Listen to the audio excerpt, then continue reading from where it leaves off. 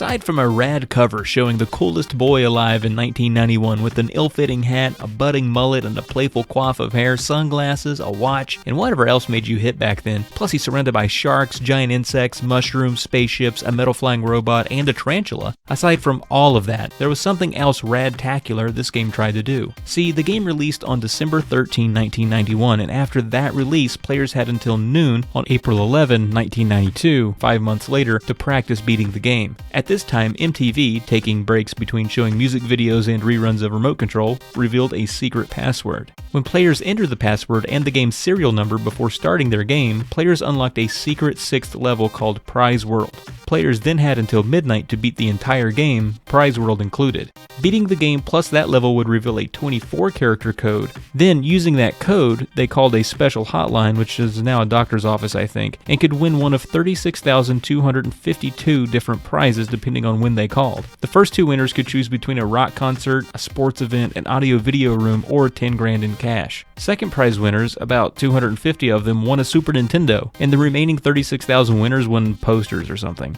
Was it all worth it? Let's see what's up.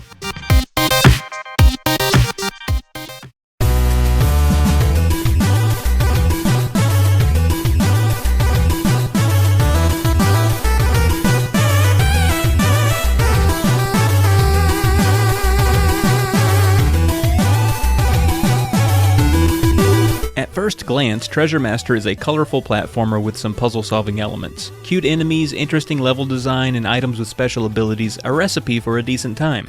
Unfortunately, the game isn't as fun as it looks, mainly because it's tough. And we get it, it's tough because there was a true prize at stake for beating it, but nowadays there isn't, so good luck staying motivated. Each level has things you have to perform in order to make progress. In the first level, you climb up and get the boots, which are good for kicking most enemies in the face. Enemies are tough to defeat without taking a hit, but like anything else, practice helps. Then you go over and pick up a bomb. You'll have to know to take the bomb over to this platform. Drop it by pressing select to equip it and B to place it. Wait for it to boom. If you leave the screen, it won't boom. Then grab the fuse, you take it over to this question mark and activate it the same way you did the bomb, and you get a submarine. Hop in. Kill sharks, but definitely kill the ones moving up and down as they'll attack and kill you and your little water ship.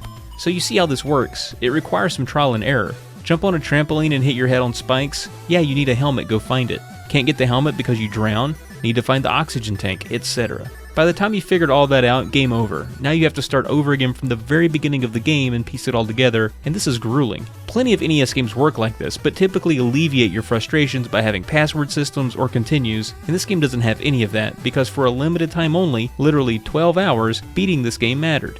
So you need to know the level layout a bit, where things are, and what the things do once you activate them. With only 3 lives and no continues, the game is tough and takes a while to advance through. If you're patient, you'll see progress, but it is slow.